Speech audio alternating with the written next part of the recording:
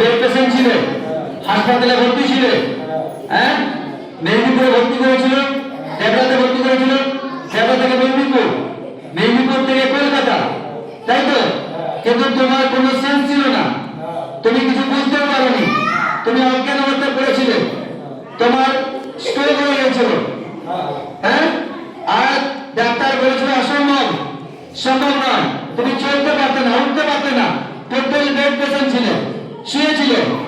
Total শুয়েছিলে তো, হ্যাঁ,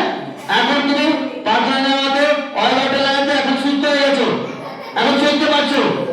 সুন্দর চলতে পারছো। চলো এটা দেখাও, চলো এটা দেখাও, আবার চলো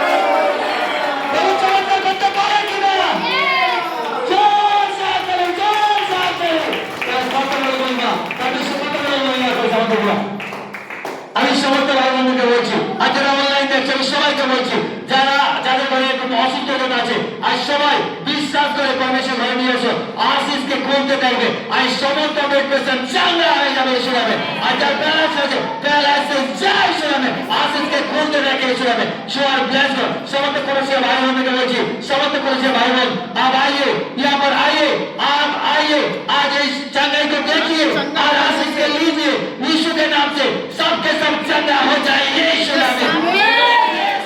यीशु नाम में। आज एक स्थान पवित्र स्थान परमेश्वर में अनुग्रह आज सवार करे नेमे